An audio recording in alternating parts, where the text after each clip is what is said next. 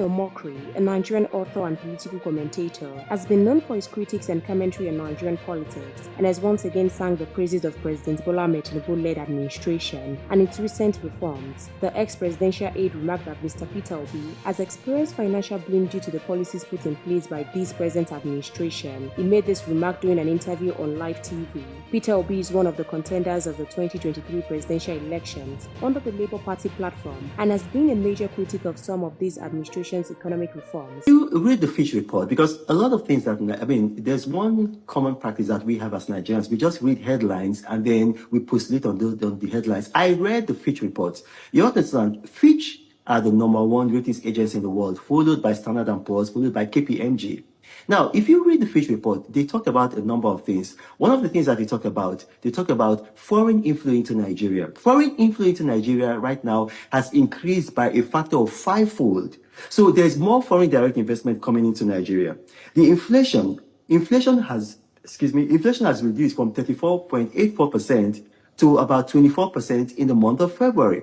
They also talked about reforms of the administration. They talk about the removal of subsidy. They talk about the flotation of the naira. These things are spurring in more local production. That's why we are seeing that Nigeria is now exporting more. So for the first time listen to this, in 50 years, we've had record-breaking trade surpluses, whereby we are importing less than we are exporting. So we are exporting more goods to other countries than we are importing. And this is very good because it's making sure that our naira is flowing within Nigeria and then foreign currency is actually flowing in Nigeria.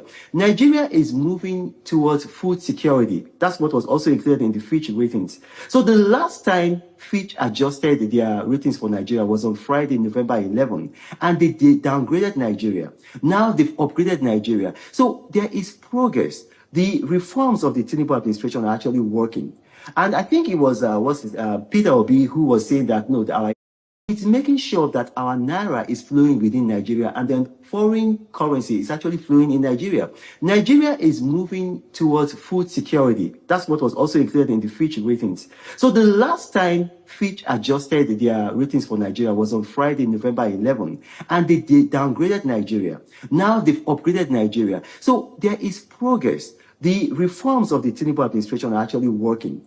And I think it was Peter Obi who was saying that, no, our economy had collapsed. I'm going to ask Nigerians, between Peter Obi and Fitch ratings, who are you going to believe? Peter Obi did not give any empirical data. What he said is that people who used to feed are now begging.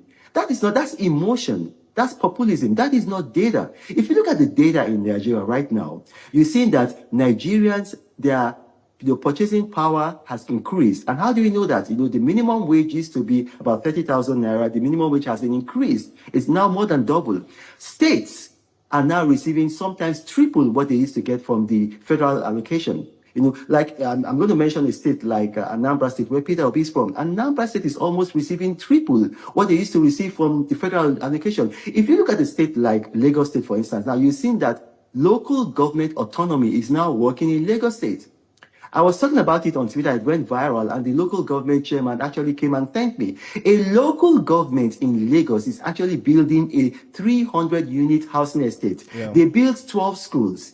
They built a big office complex. That's because local government autonomy is now making sure that allocation is going down to the local government. So we are seeing that the reforms in Nigeria are working. All right, then.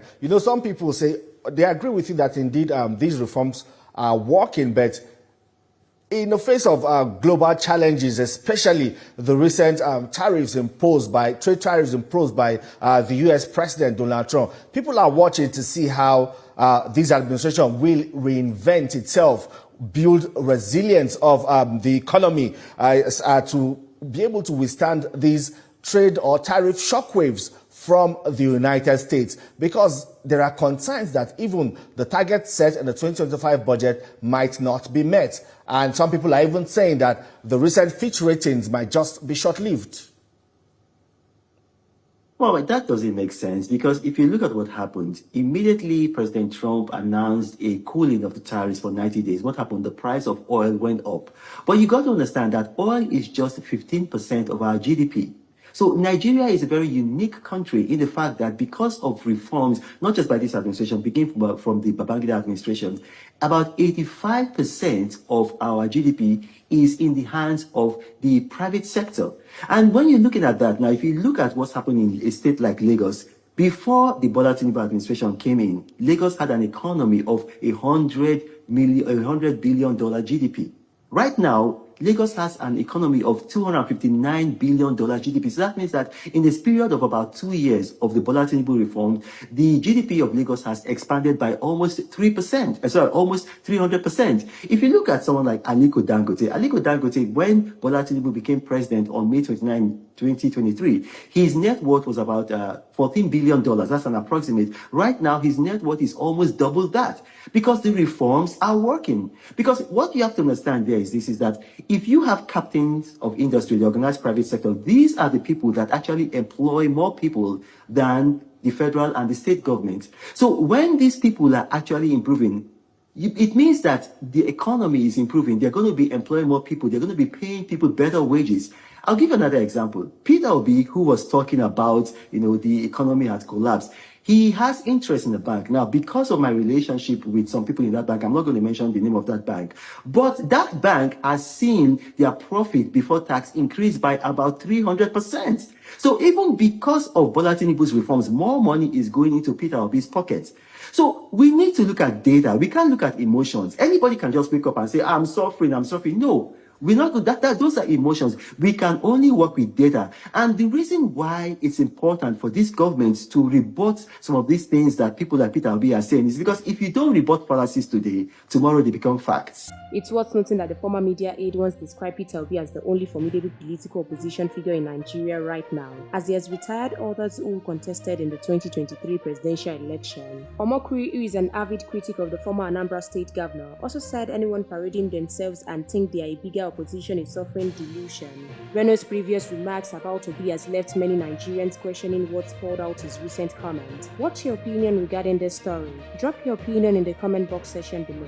We'll continue to supply you more trending news updates. Keep watching NaijaNews TV.